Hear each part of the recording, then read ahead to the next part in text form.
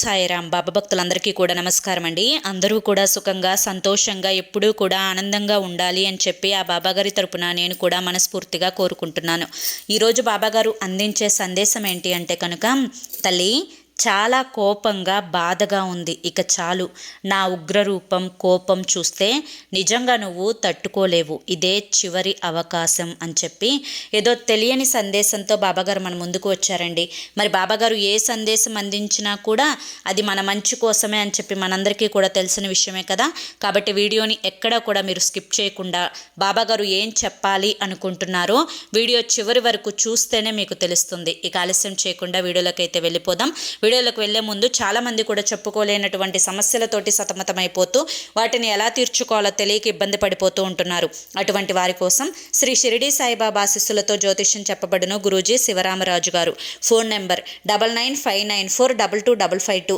మీరు ఇప్పటి వరకు ఎన్నో చోట్ల జ్యోతిష్యం చెప్పించుకొని మీరు ఆశించిన మార్పులు మీ జీవితాలలో జరగలేదని చెప్పి బాధపడి ఉంటారు. కానీ ఇక్కడ అస్సలు అలా జరగదండి. మీ సమస్యలు ఏవైతే ఉన్నాయో, ప్రేమ, పెళ్లి, ఉద్యోగం, రాజకీయం, సంతానం లేక ఇబ్బంది పడుతున్నా, భార్యాభర్తల మధ్య గొడవలున్నా, అప్పుల సమస్యలున్నా, శత్రువుల సమస్యలున్నా, అవేంటో గురువుగారికి వివరించి చెప్పినట్లయితే వాటికి తగిన పూజలు చేసి గురువుగారు మీకు రోజులలోనే పరిష్కారాన్ని చూపిస్తారు. గురువుగారు చెప్పింది చెప్పినట్లు 100కు 1000% జరుగుతుంది. నమ్మకంతో స్క్రీన్ మీద కనిపిస్తున్న నెంబర్కి కాంటాక్ట్ అవ్వండి. భార్యాభర్తల మధ్య వశీకరణ, స్త్రీ మరియు పురుషుల మధ్య వశీకరణ 100% జరపబడును. ఎటువంటి సంతాన సమస్యలకైనా కానీ గురువుగారి దగ్గర చక్కటి పరిష్కారం దొరుకుతుంది. మాకున్నటువంటి ఎన్నో రకాలైన సమస్యలను గురువుగారు రోజులలోనే పరిష్కరించారండి. అలాగే మీ జీవితాల్లో ఎటువంటి సమస్యలు ఉన్నా కానీ గురువుగారు రోజుల్లోనే పరిష్కరిస్తారు. స్క్రీన్ మీద కనిపిస్తున్న నెంబర్కి వెంటనే కాంటాక్ట్ అవ్వండి. ఇక ఆలస్యం చేయకుండా మనం బాబాగారి యొక్క సందేశం ఏంటో తెలుసుకుందాం. తల్లి, ఈరోజు మాత్రం నీ మీద నాకు చాలా అంటే చాలా కోపంగా ఉంది. ఆ కోపం ఉన్నటువంటి పరిస్థితులలోనే నా మనస్సు బాధ కూడా పడుతూ ఉంది. ఇప్పటికైనా నీ యొక్క మానసిక వేదన ఆపేస్తున్నావా లేదా? లేకపోతే నా ఉగ్ర రూపాన్ని చూసి, నా కోపాన్ని చూసి నిజంగా నువ్వు తట్టుకోలేవు తల్లి. నేను నీకు ఇప్పుడు ఇస్తున్న అవకాశం చివరి అవకాశంగా నువ్వు భావించాలి. బిడ్డ, ఎప్పుడైనా కానీ ఒక మనిషి నమ్మకం మీద ఎంతో ఆధారపడి బ్రతుకుతాడు. ఆ మనిషి రోజు ఉదయాన్నే లేచి తనకు ఇష్టమైన దైవాన్ని నమస్కరించుకొని ఆ రోజు తనకు సంతోషంగా గడవాలి అని చెప్పి దైవ ప్రార్థనతో తన యొక్క జీవనాన్ని మొదలు పెడతాడు. అదేవిధంగా అక్కడ భగవంతుడిని ఎవ్వరూ చూడలేదు, కానీ ఆ నమ్మకం ఏదైతే ఉందో ఆ నమ్మకం ఆ మనిషిని నడిపిస్తుంది. ఎన్నో కష్టాలు వచ్చినా, బాధలు వచ్చినా కొన్ని మొక్కులు మొక్కుకుంటారు. ఇది తీరింది అంటే ఈ మొక్కు తీర్చుకుంటాను స్వామి అని చెప్పి. ఆ యొక్క మొక్కు వెనుక ఉన్నటువంటి అసలైన ఆంతర్యం నమ్మకం. ఆ నమ్మకం ఉంటే మనిషి జీవితం అనేది చాలా వరకు కూడా ఆనందంగా ముందుకు వెళ్ళిపోతుంది. మరి నువ్వు ఏ నమ్మకం లేకుండా అన్ని ఆశలు వదులుకొని నీ జీవితంలో ఎలా ఇలా బ్రతకగలుగుతున్నావో నాకు అర్థం కావడం లేదు. మనిషి జీవితం అనేది 1 నమ్మకం, 2 ఆశ, 3 ఓర్పు, 4 సంతోషం. ఈ 4ంటిని ఏ మనిషి అయితే వాటి యొక్క జీవితంలో అంటే వారి యొక్క జీవితంలో పాటిస్తారో ఆ మనిషి సంతోషంగా దీర్ఘాయుష్యుతోటి జీవిస్తాడు.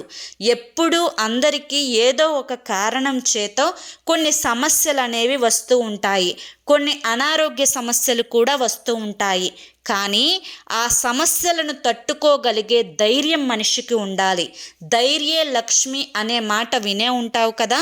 నువ్వు చిన్నదానికి పెద్దదానికి అలుగుతాం, చిన్నదానికి పెద్దదానికి గొడవ పెట్టుకోవడం, పెద్దగా అరవడం, చిన్నదానికి పెద్దదానికి కూర్చొని దీర్ఘంగా ఆలోచించడం, మానసికమైనటువంటి వేదన చెందడం, ఎప్పుడు ఏదో కోల్పోయినట్లుగా నిరాశగా జీవించడం, జీవితంలో అంతా నాకు శూన్యమే, నా జీవితమే ఇలా అయిపోయింది అని చెప్పి బ్రతకడం, ఇవన్నీ కూడా సరైన పద్ధతులు కావు తల్లి. నువ్వు ఆలోచించడం వల్ల, ఏడవడం వల్ల, బాధపడడం వల్ల, మానసికమైనటువంటి దిగులు వేసుకోవడం వల్ల నువ్వు సాధించేది ఏదీ ఉండదు. నువ్వు మనశ్శాంతిని కోల్పోవడం తప్ప. అందుకనే చెప్తున్నాను, ఒక్క మాట జాగ్రత్తగా విను. నేను ఉన్నాను అని నువ్వు నిజంగా నమ్మినట్లయితే నువ్వు ఈ రోజు నుంచి ఎక్కడివి అక్కడ మర్చిపో. మానసికమైన సంతోషమే నీకు ఆనందాన్ని ఇస్తుంది. తప్పుడు దారిలో అడుగు పెట్టకుండా నీతిగా, న్యాయంగా, నిజాయితీగా, క్రమశిక్షణతోటి కష్టపడి పనిచేసుకుంటూ మానసికమైన ప్రశాంతతతోటి నీ చుట్టుపక్కల వారిని సంతోషంగా ఉంచుతూ నువ్వు కూడా సంతోషంగా ఉండే ప్రయత్నం చెయ్యి. అప్పుడే అసలైన ఆనందం నీకు మొదలవుతుంది. నువ్వు బాధపడి నలుగురిని బాధ పెడితే నీకు ఎటువంటి ఉపయోగం ఉండదు తల్లి. కాబట్టి ఇక నుంచి నేను చెప్పిన విధంగా నువ్వు నడుచుకోకపోతే నిజమైన నా ఉగ్ర రూపాన్ని చూడాల్సి వస్తుంది. ఎందుకంటే తన బిడ్డ చెప్పిన మాట వినకపోతే తండ్రి ఏదైతే ఒక దెబ్బ కొట్టి మందలిస్తాడో అలాగే నీకు కూడా నేను దెబ్బ కొట్టాల్సి వస్తుంది. ఆ దెబ్బ ఎలా ఉంటుందో ఆలోచించుకుంటే చేతులు కాళ్ళు గడగడ నీకు వణికిపోవాల్సిందే. కాబట్టి నా కోపానికి, నా ఉగ్ర రూపానికి నువ్వు బలైపోకూడదు అన్న ఉద్దేశంతో నేను నీకు ముందుగానే హెచ్చరించి చెప్తున్నాను. ఎందుకంటే ఇదే నీకు చివరి అవకాశంగా ఇస్తున్నాను. ఇప్పటి వరకు చాలా అవకాశాలు నీకు ఇచ్చినప్పటికీ కూడాను నువ్వు 4 రోజులు అట్లట్ల జీవితంలో సంతోషంగా ఉన్నట్లుగా నటిస్తున్నావు. 5వ రోజు మళ్ళీ మొదటి స్థానానికే వస్తున్నావు. నీ ధైర్యమే నీకు లక్ష్మి, నీ కోపమే నీకు శత్రువు, నీ ఆనందమే నీకు ఆయుష్నిస్తుంది, నీ సంతోషమే నీకు బలాన్ని పెంచుతుంది. ఇది నీ జీవితం, నీకు నచ్చినట్లుగా బ్రతకాలి. ఎవరి కోసం ఆలోచిస్తూ, ఎవరిని మార్చడానికో ప్రయత్నిస్తూ నీ జీవితంలో నీ ఆయుష్ను నీ చేతులతోటి తగ్గించుకునే ప్రయత్నం చేయకు. అలా చేసుకుంటే నీకంటే పరమ మూర్ఖులు మరొకరు ఉండరు అని చెప్పి ఈరోజు బాబాగారు మనకి చాలా చక్కటి సందేశాన్ని అందించారండి. మరి ఈ సందేశాన్ని మనం అర్థం చేసుకోవాలి. కానీ ఈ సందేశంలో ఎంతో గొప్ప ఆంతర్యం ఉంది. ఈ సందేశం మీ అందరికీ కూడా నచ్చింది, అర్థమైంది అనుకుంటున్నాను.